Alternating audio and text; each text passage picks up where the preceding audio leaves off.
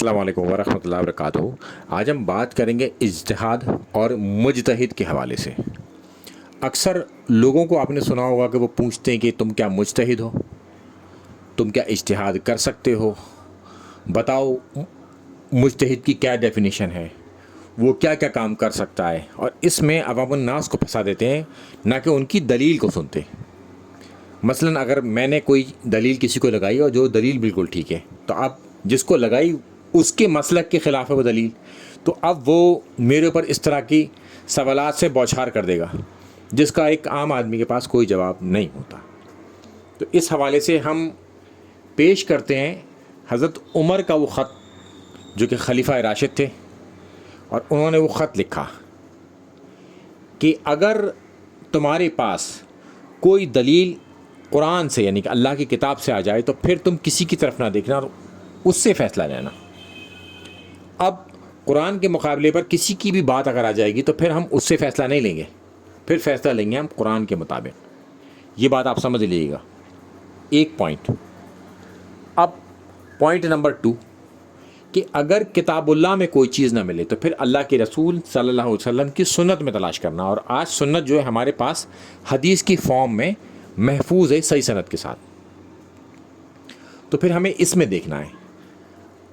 اگر اللہ کے رسول صلی اللہ علیہ وسلم رفع الدین کے ساتھ نماز پڑھتے تو ہم رفع الدین کے ساتھ نماز پڑھیں گے،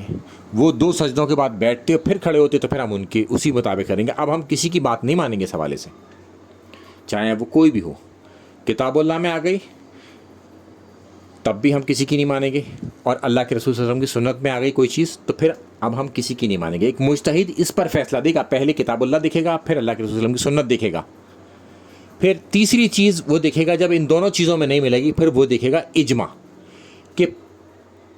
اجماع کے ذریعے یعنی کہ پوری امت کی ایک رائے کہ کسی حوالے سے یہ ہے پوری امت کی رائے، اور وہ چیز قرآن و سنت میں موجود نہیں ہے، تو پھر ہم تیسرے پوائنٹ پر اسے لیں گے۔ اور اس کے آگے ہم چلتے ہیں کہ اگر نہ تو کوئی چیز کتاب اللہ میں ملے، نہ ہی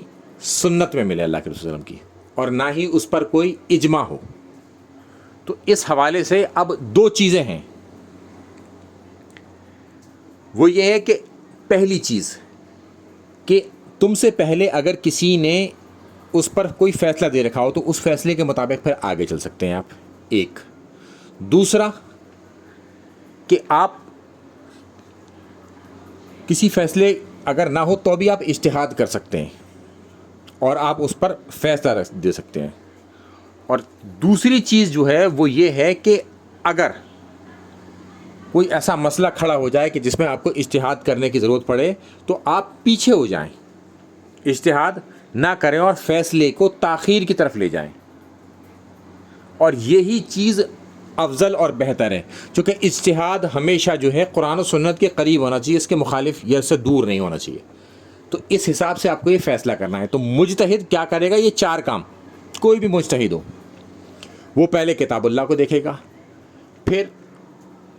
اللہ کے رسول صلی اللہ علیہ وسلم کی سنت کو دیکھے گا جو کہ آج حدیث کی فارم میں ہے، پھر وہ دیکھے گا اجماع، پھر کرے گا وہ اجتہاد، اور اجتہاد میں تاخیر بہتر ہے، اور ڈنڈے کے زور پر کسی سے نہیں منوائے گا،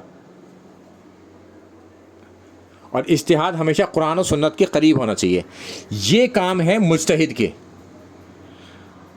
اور یہی ڈیفینیشن ہے اللہ کے رسول صلی اللہ علیہ وسلم کے جو خلیفہ راشد نمبر 2 ہیں، انہوں نے یہ خط لکھا اور بتایا کہ مجتہد کیا کام کرے گا۔ تو جب بھی آپ کو کوئی یہ سوال پوچھے کہ بتاؤ اجتہاد کسے کہتے ہیں اور مجتہد کون ہوتا ہے، تو اجتہاد کی ڈیفینیشن یہیں سے ملے گی، اور مجتہد یہ کام کرے گا اور ایسے کرے گا، اس کو کرنے کا طریقہ بھی ہے۔